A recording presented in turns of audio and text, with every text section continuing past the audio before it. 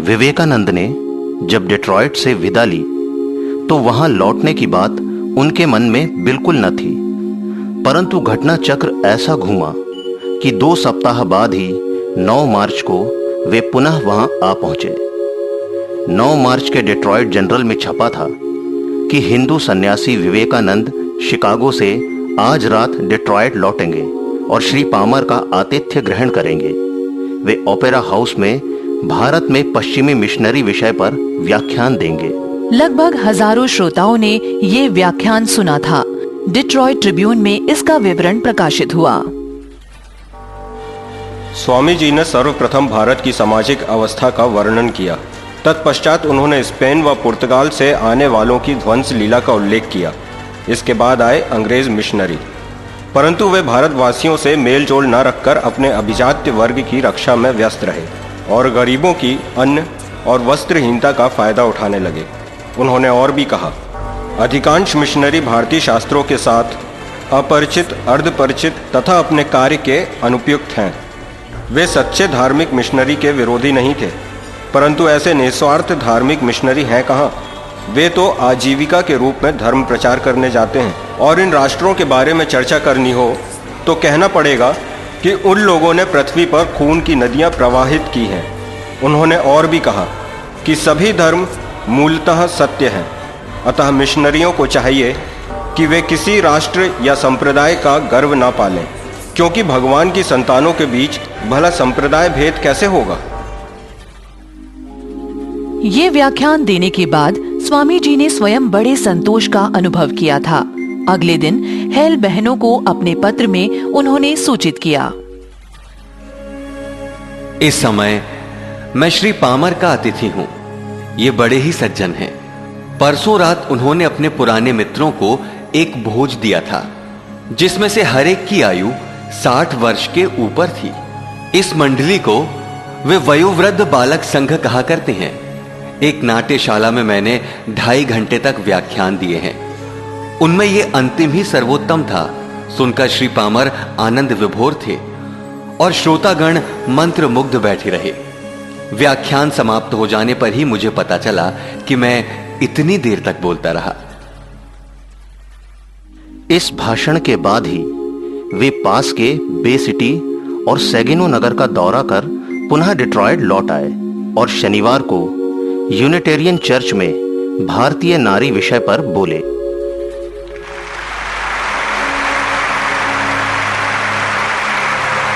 भारतीय नारी का आध्यात्मिक आदर्श अति उच्च है। विभिन्न देशों के नारी समाज को उनके अपने अपने आदर्शों के आधार पर विचार करना चाहिए। पाश्चात्य मापदंडों से प्राच्य नारी का मूल्यांकन करना उचित नहीं। पश्चिम में नारी पत्नी है, पूर्व में वो मां है। भारत में सतीत्व का सर्वाधिक सम्मान है। नारी के शरीर से जगदम्बा ही अभिव्यक्त होती हैं।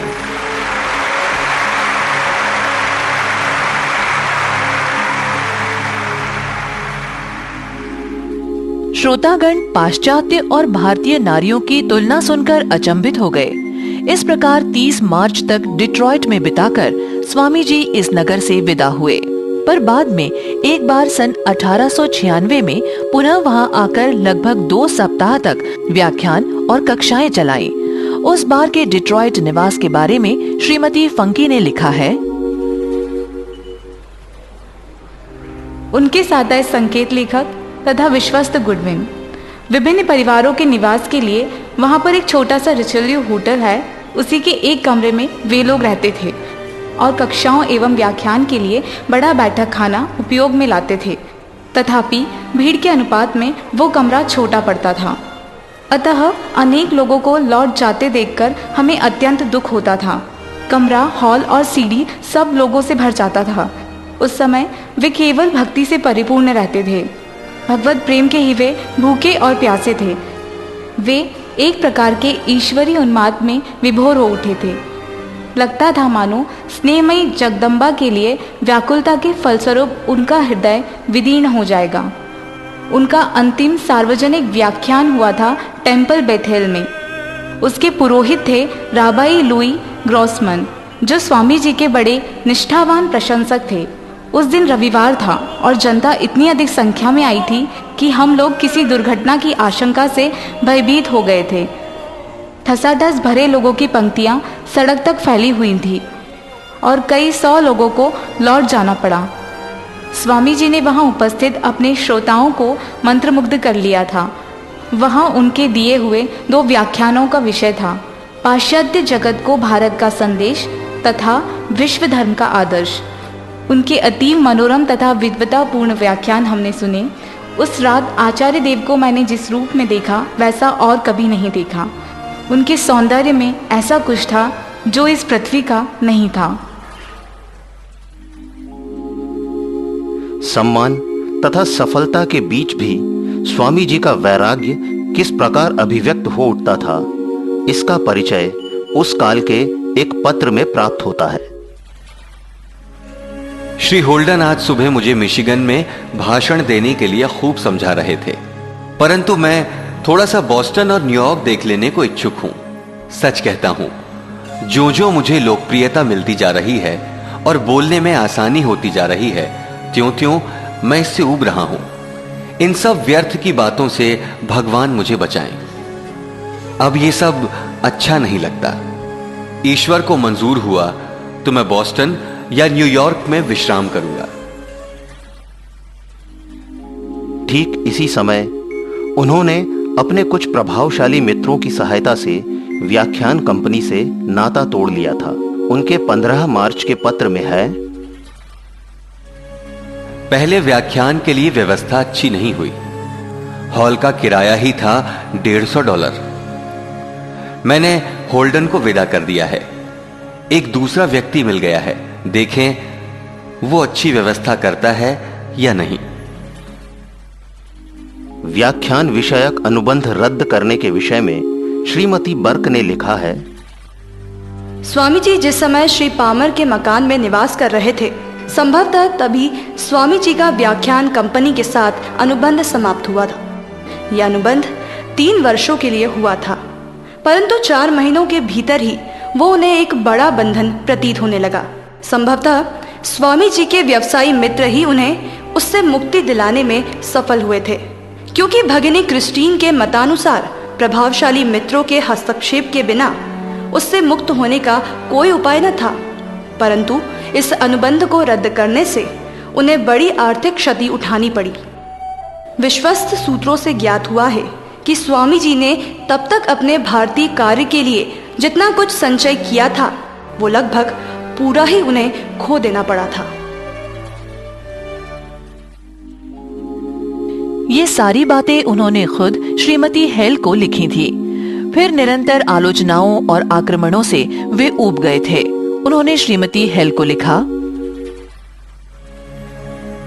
अब तक सब कुछ ठीक है, परंतु पता नहीं क्यों जब से यहां आया हूं मेरा मन बड़ा उदास है। व्याख्यान आदि निरर्थक चीजों से मैं बिल्कुल थक गया हूं। सैकड़ों प्रकार के नर पशुओं से मिलते मिलते मेरा मन अशांत हो गया है। मैं तुम लोगों को अपनी रुचि की बात बताता हूं।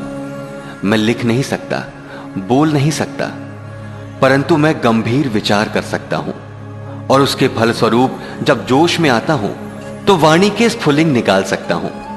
पर यह होना चाहिए केवल कुछ चुनिंदा लोगों के बीच ही। फिर वे यदि चाहें तो मेरे विचारों को दूर दूर तक प्रसारित करें। चिंतन करने के लिए मनुष्य को स्वाधीन होना चाहिए, और विशेषकर तब जबकि विचार आध्यात्मिक हो। क्योंकि स्वाधीनता का यह दावा कि मनुष्य मशीन नहीं है, समस्त धार्मिक विचारों का सार है। अतः यंत्र के समान नियम पूर्वक इस चिंतन में अग्रसर होना संभव नहीं।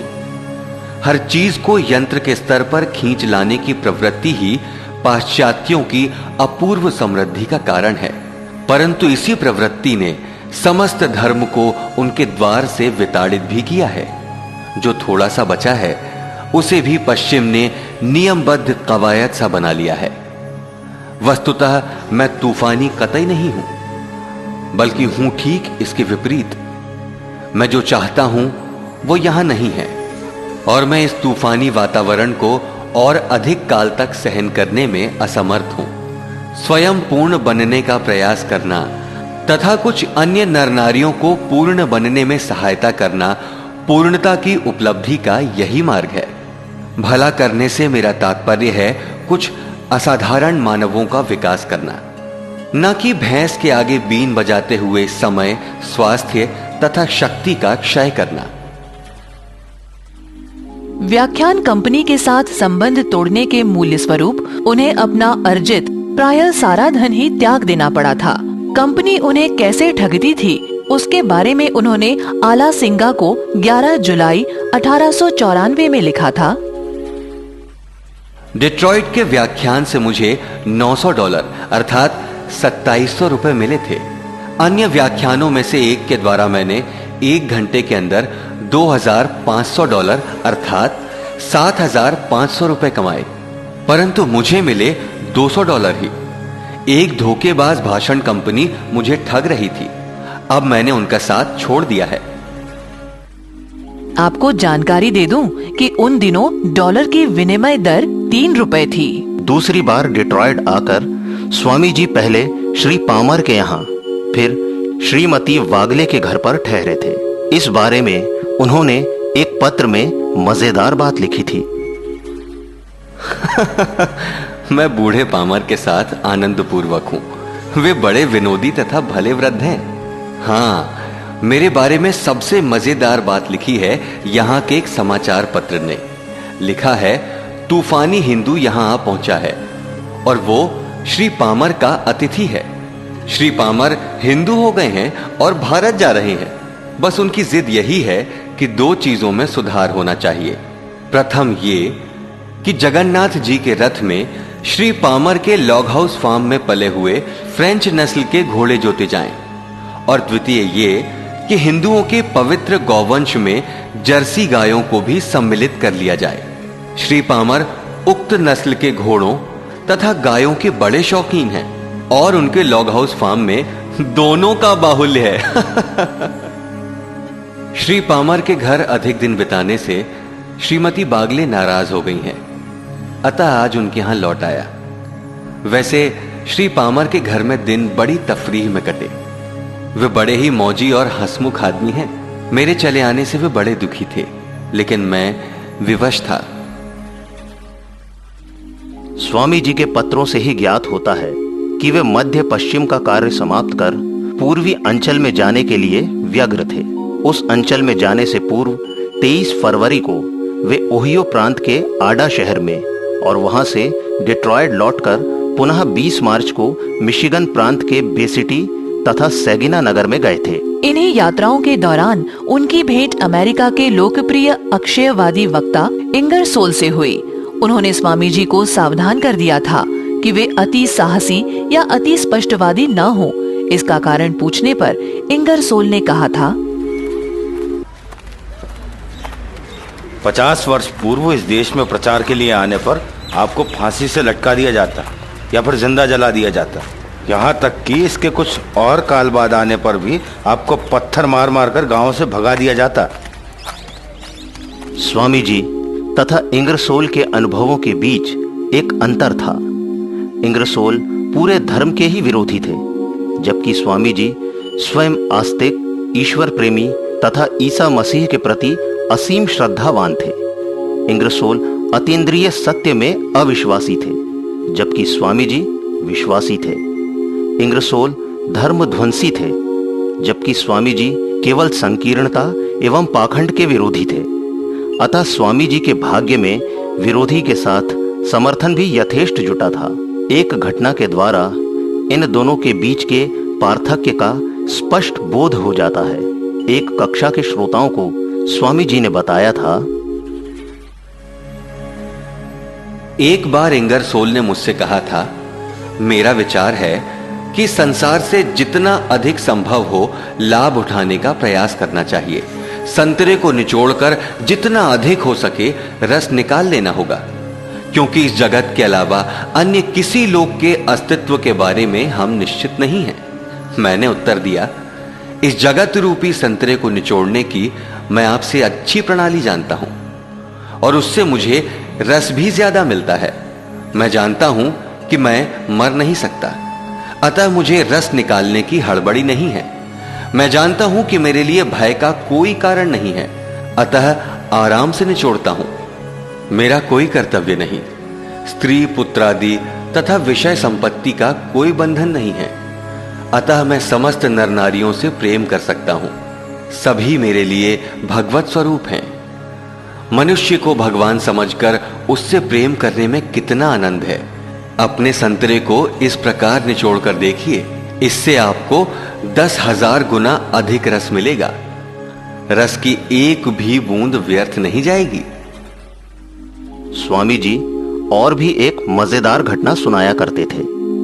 उन दिनों वे व्याख्यान देने में लगे हुए थे और केवल एक बैग साथ लिए एक स्थान से दूसरे स्थान का दौरा करते रहते थे।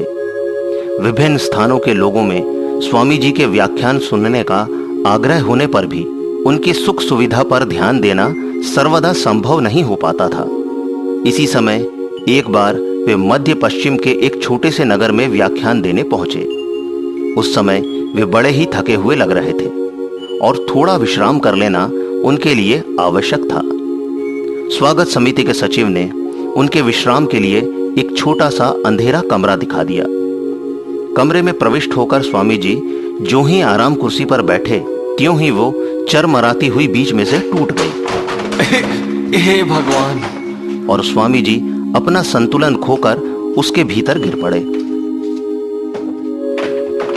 बहुत कोशिश करने पर भी उनका शरीर उसमें से निकल नहीं पाया, बल्कि उन्होंने पाया कि अधिक हिलने डुलने पर कपड़े फट जाने तथा शरीर छिल जाने की आशंका है। अतः वे उसी असुविधाजनक अवस्था में ही निश्चेष्ट पड़े रहे।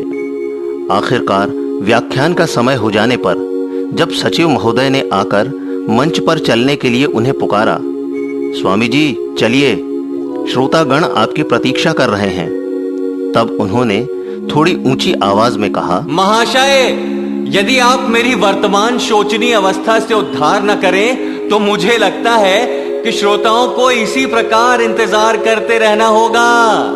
यह सुनकर सचिव शीघ्रता पूर्वक भीतर आए और स्वामी जी को खींचकर बाहर निकाला। उसके बाद हंसी ठहाकों से कमरा गूंज उठा। स्वामी जी इस घटना का इतने सुंदर ढंग से वर्णन करते थे कि हंसते हंसते उनके गुरु भाइयों के पेट में बल पड़ जाते थे। एक अन्य घटना से स्वामी जी की महानता तथा मानव जाति के प्रति उनकी सच्ची श्रद्धा व सहानुभूति अभिव्यक्त हो उठी थी। अमेरिका के दक्षिणी प्रांतों में कई बार उन्हें भ्रमवश नीग्रो समझ लिया जाता था। एक बार उसी अंचल में ट्रेन से उतरने पर उनका बड़ा भव्य स्वागत होते देखकर एक नीग्रो कुली उनके पास आकर बोला, मैंने सुना है कि आप हमारी जाति में एक महान व्यक्ति हुए हैं और आपके द्वारा नीग्रो समाज गौरवान्वित हुआ है। मैं आपके साथ हाथ मिलाने का सौभाग्य प्राप्त करने आया हूँ। स्वामी जी ने बड़ी आत्मीयता पूर्वक उस रेलवे कुली का हाथ अपने हाथ में लेते हुए कहा, धन्यवाद भाई, धन्यवाद। वे अपने प्रति नीग्रो लोगों के व्यवहार के और भी उदाहरण दिया करते थे और अपने को नीग्रो समझ लिए जाने पर जरा सा भी संकुचित या नाराज नहीं होते थे। कभी ऐसा भी हुआ कि दक्षिण के किसी होटल वाले ने उन्हें नीग्रो समझकर होटल में घुसने ही नहीं दिया और अभद्रता पूर्वक प्रताड़ित कर दिया। तथापि उन्होंने कभी ये नहीं बताया कि वे एक नीग्रो नहीं वरन भारतवासी हिंदू हैं। इसके बाद अन्यत्र आश्रय लेकर स्वामी जी ने उस नगर में बड़ा सुंदर भाषण दिया तथा अगले दिन का समाचार पत्र पढ़कर होटल वाले को अपनी भूल समझ में आई और उसने आकर क्षमा याचना की। यहाँ तक कि अमेरिका के उत्तरी भाग में भी उन्हें हजामत की दुकान से अपमानित होकर निकल आना पड़ा था। काफी काल बाद ये घटनाएं सुनने के बाद जब उनके एक पश्चिम देशीय शिष्य ने पूछा कि इन स्थानों पर उन्होंने क्यों नहीं अपना सही परिचय बता दिया, तो स्वामी जी रोष पूर्वक बोले, क्या कहा? दूसरों की कीमत पर बड़ा होना? मैं इसके लिए पृथ्वी पर नहीं आया।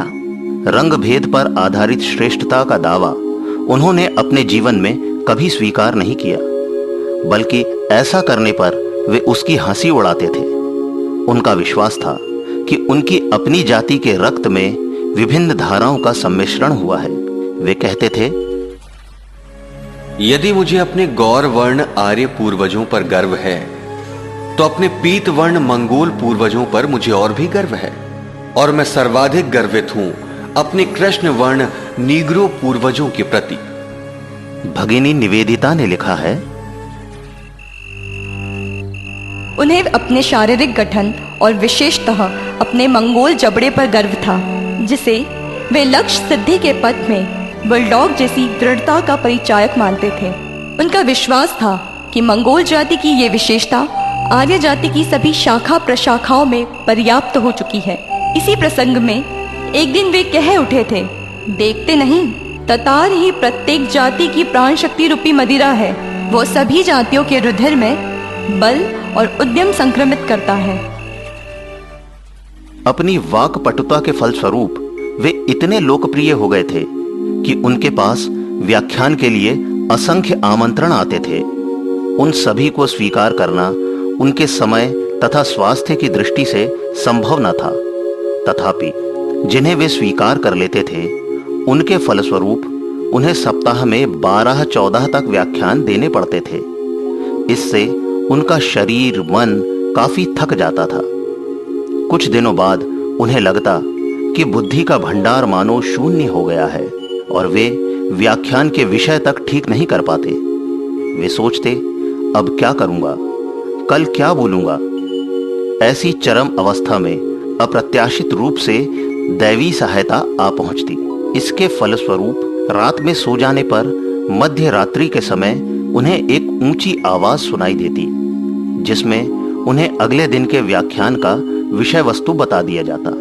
कभी ये आवाज काफी दूर से आती प्रतीत होती, फिर क्रमशः निकट आती जाती, अथवा देखते कि वे बिस्तर पर लेटे हैं और कोई दूसरा समीप खड़ा होकर व्याख्यान दे रहा है। या फिर कभी 2 आवाजें व्याख्यान के विषय पर तर्क वितर्क करती, जिससे उन्हें अगले दिन के लिए सामग्री प्राप्त हो जाती। इनमें से अधिकांश विषय उन्हें पहले से अज्ञात तथा नवीन प्रतीत होते। कभी कभी तो उस मकान में रहने वाले अन्य लोग भी ये वार्तालाप सुनकर अगले दिन पूछते, स्वामी जी, कल रात आप किसके साथ इतने जोर जोर से बातें कर रहे थे? इस पर स्वामी जी मृदु हास्य के साथ 2-4 ऐसी बातें कहकर टाल जाते कि प्रश्नकर्ता के मन में ये व्यापार और भी रहस्यमय हो उठता। ज्यादा पूछताछ करने पर वे व्याख्या करते हुए कहते, अरे वो कुछ भी नहीं, स्वयं क्रिय मन की स्वकेंद्रिक क्रिया मात्र है। वही अपने को 2 भागों में विभाजित करके उपदेश देती है, बातें करती है और विचार करती है। यह आत्मा की ही असीम शक्ति की परिचायक है। आत्मा की असीम संभावनाएं इसी रीति से निद्रा काल में अभिव्यक्त होती हैं और इसके अतिरिक्त इसमें कोई अलौकिक रहस्य नहीं है। इसी को दैवी प्रेरणा कहते हैं। परंतु वार्तालाप के दौरान वे प्रायः इन सबको कोई महत्व नहीं देते या इसकी अलौकिकता को स्वीकार नहीं करते और युक्ति की सहायता से समझा देते कि मन की स्वाभाविक प्रक्रिया से ही ऐसा हो जाता है। इन्हीं दिनों उनमें अलौकिक योग शक्तियों का भी स्फुरण हुआ था। मदाम कालवे की घटना में हमें उसका परिचय मिल चुका है, परंतु सामान्यतः वे उस शक्ति का उपयोग नहीं करते थे।